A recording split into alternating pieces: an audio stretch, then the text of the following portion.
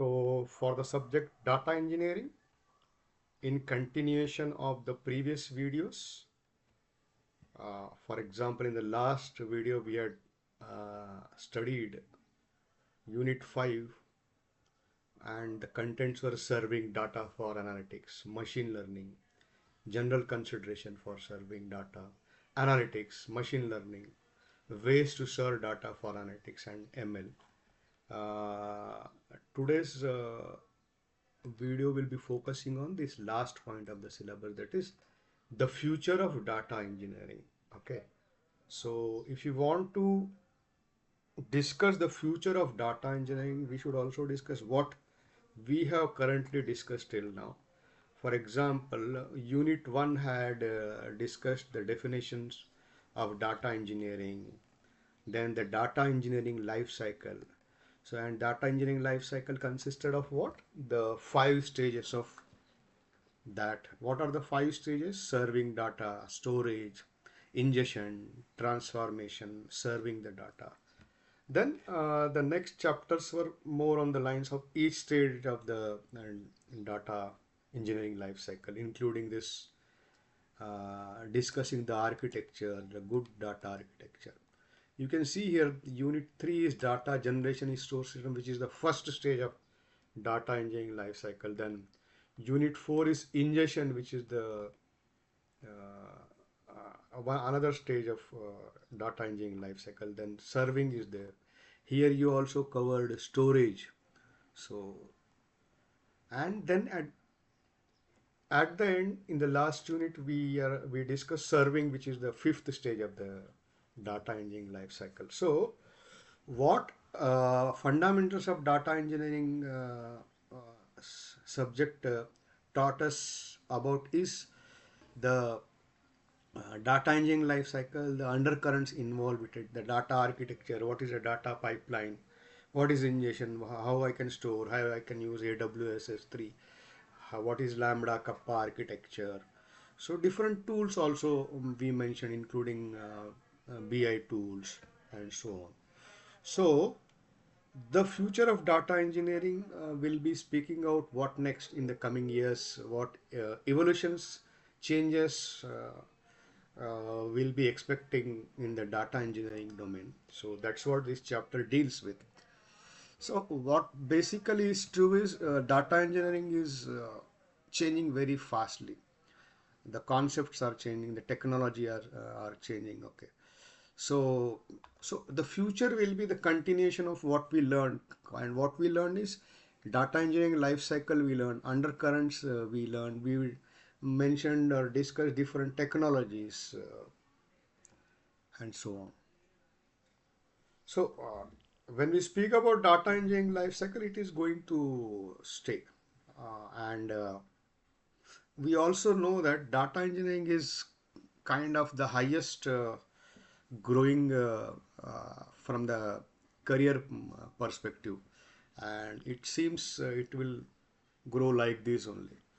So what in future lies is complexity will go down, easy to use data tools will come up, simplicity trend will continue. So dependency on one technology will not be there. Not just the large companies, even the small companies can handle big data and do data engineering because of SaaS, because of cloud, is it not? And big data, we also know how it evolved from Google query, and which is Google query is a descendant of GFS and MapReduce, which can query petabytes of data. Now anybody having a GCP account can handle big data, right? So he'll be just paying for using the pay as per use model. He'll be paying for storage of his data and querying the data, and he'll not be worried about the building the massive infrastructure required for storage, because that will be taken care of the by the cloud. So Snowflake, Amazon EMR, so these are the tools which are capable of handling hyperscalable cloud data solutions. Now you also need to give a kind of contribution of open source data tools is also as much as the contribution of cloud played. Like now you have Linux, which is pre-configured, installed with different server instances on all the major clouds. You have serverless platforms like AWS Lambda, Google Cloud. So they'll be doing event-driven applications. They can make use of Python, Java, Go. People are using Apache Airflow.